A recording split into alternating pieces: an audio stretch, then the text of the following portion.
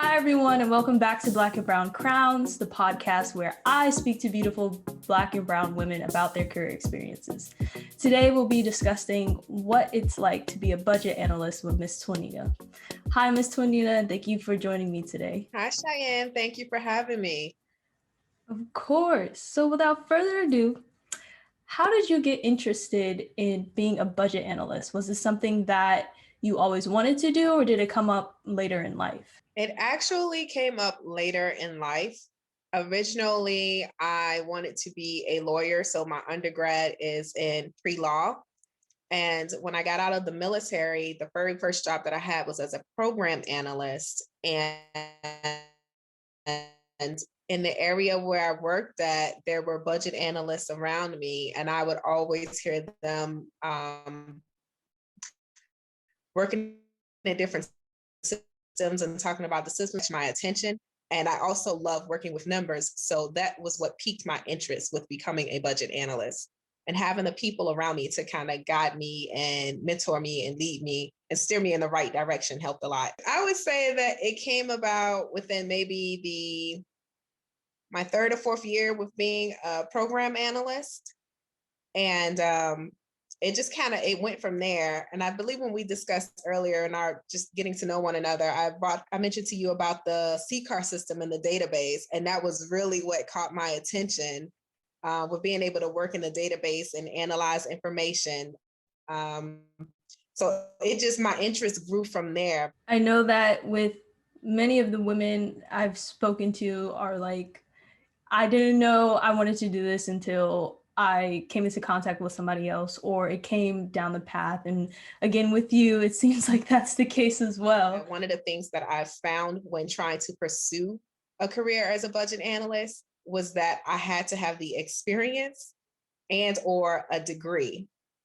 So because I didn't fully have the experience, I had to make a decision to go back to school and then get my master's in accounting and financial management so that I can get the job that I desired to have. How hard was it going back to school once you already stepped out of school and then you're in the working force? How hard was it to transition into going back, getting a master's degree, and even finding master's degree programs? It took some time.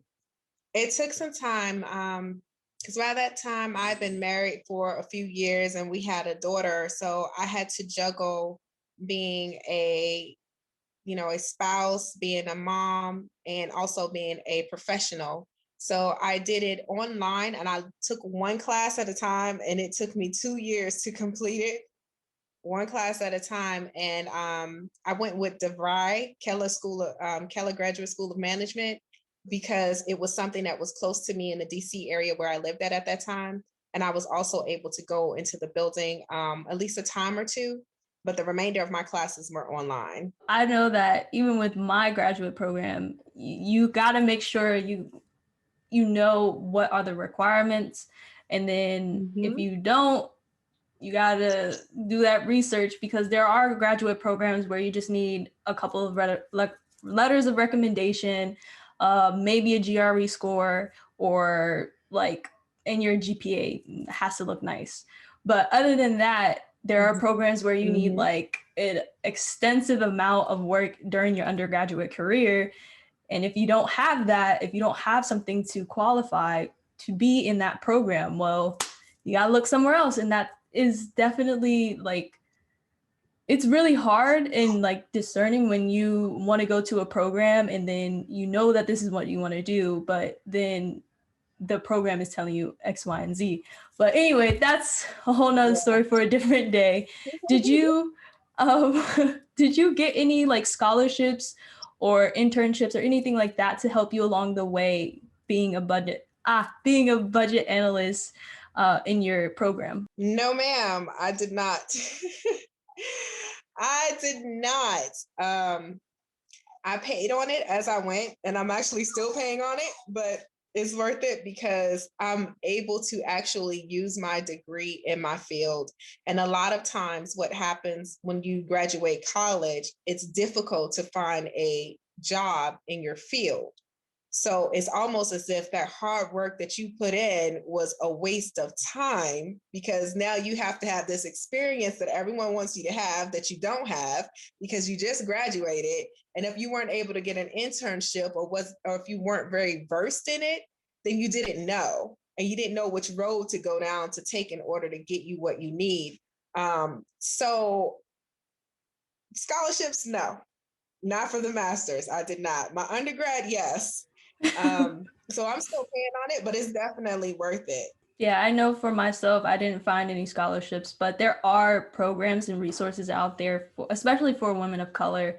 You just have to, again, look and research for those programs that have it. And even the school, I know with my school, if you work in a certain office, they might qualify you for a graduate internship or a graduate assistantship or something like that. So definitely check out the school resources and see what they can do for you to help you pay through, again, a master's program, because it is very expensive. Yes, it is. Are there any alternative routes to being a budget analyst? You said you have to have the education, so going back and getting your degree, or you have to have the experience. What type of experience would you have to have if you don't want to do a program? Specifically, like being able to do budgets, the budget is based on the fiscal year, and it starts from October. So having that experience in the budget field is definitely a plus that they're always looking for. Also being able to do analytics as far as graphing and charts, and being able to decipher the information, being able to explain the numbers to higher up. So definitely being able to have that experience to communicate effectively and efficiently with your with a higher echelon helps out a great deal. But I would have to say, because where I have been a budget analyst at has been in the Department of Defense, having the experience of working with the budget in the fiscal year is something that helps out a lot. The private sector, there may be a small learning curve coming from the private sector into the government arena, but it's very small in nature, especially if you're coming from being a contractor and say you're working with DoD and you're a contractor and you're already doing some of the budget analyst work. It's usually more of a seamless transition into the government side. What do your typical work days look like if you're working in a private sector or going government? What do the typical days work like? Is there a difference in the days, or are they all around the same? It's all around the same. It's usually more hectic and busy during the budget time frame, which usually runs from I'll say around I'll go back, say July, August timeframe, because you're actually starting to put the budget together, and maybe even a few months before then, because you have to have it all completed by September 30th. So everything can start on 1 October. In the sector where I'm in now, it's with non-appropriated funds. So there was a learning curve for me there. And there's a little difference of when they began the budget year and starting to put the budget together with the programs and the managers, and then moving into the actual budget year. So only time is really hectic is during budget time frame, because then you have to have a couple of late nights. You might not leave out until 7 o'clock in the evening. I've had times where I didn't leave out until like 9 o'clock in the evening, because we had to get the budget complete and sent up to the Hill so it can be reviewed by Congress and come back down. So it's definitely a process in it. And because of how far up it has to go to be reviewed, it's definitely something where you have to be meticulous and pay attention to detail, and you have to comb through it several times before it can even be sent up for approval. That sounds like a lot. A lot of work, a lot of waiting. Like I don't know, it to me sounds like you have to be on your like P's and Q's to make sure whatever you're doing is definitely going to be approved for Congress, so that they can, look at it, boom, bam, shabam, and do whatever that they need to do. But definitely not a job for me. And there are a lot of meetings. There are a lot of meetings and a waiting. It's almost like the military, how you hurry up and wait. That's what it reminds me of. Yes, definitely. Are there any other, I guess, setbacks or drawbacks that come along with this job? You said that you'll be leaving at 9 sometimes, or the waiting. What are other setbacks or drawbacks that come along with this job? That's a good question. I can't really say that I've ever sat down and thought about it. I mean, you're just inconvenienced every now and again with having to leave late, but not any really, Cheyenne, that I can think of. Not, and for me personally, not any. Do you have to like work on the weekends? Do you get some, I don't know, some time off during the summer? Like anything like that?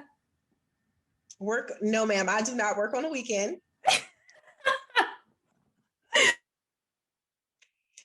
excuse me. My weekends are my own. And it's pretty much an all year round thing. Whenever I want to take leave, I can take leave, except for doing the budget time frame. It's usually like, can you hold your leave off? Unless it's something important, a wedding or something like that that's already been planned. But generally, I take leave when I want to take leave. And I have my weekends to myself and holidays. And holidays. Well, that's nice that you have the weekends to yourself. But has there ever been a time where work has definitely like interfered with your personal life? Like, and how have you managed the work-life balance with this job? Well, I think because the group of individuals that I've always had to work with, my teammates, we all pretty much keep up with one another's schedule. So if we have to adjust, we are able to. And the other thing is that there's cross training that takes place. So in the event that one of us is unable to be at work for whatever reason, someone else is able to step in and fill in the gap. So it's seamless. It's as if no one has ever missed a beat, and it doesn't mess with the tempo, and everything continuously goes along the way it's supposed to do. The way it's supposed to. And because of that, I'm able to have a nice work-life balance. I think that's really important to have definitely individuals near you who can also, I guess, quote unquote, pick up the slack where someone is lacking. Like having that group to depend on to help get the work done at the end of the day is definitely important, because if one person is going through something and you all can pick up what they're lacking at that time, you still get your work done. You still can find time for yourself because the work is done at the end of the day, and then go home and have those weekends to yourself, like you said. Exactly. Exactly. Did you ever have a moment of burnout where you were just like really exhausted with maybe during those budget times, like the fiscal year, where you just needed to just debrief and have that self-care moment? Yes.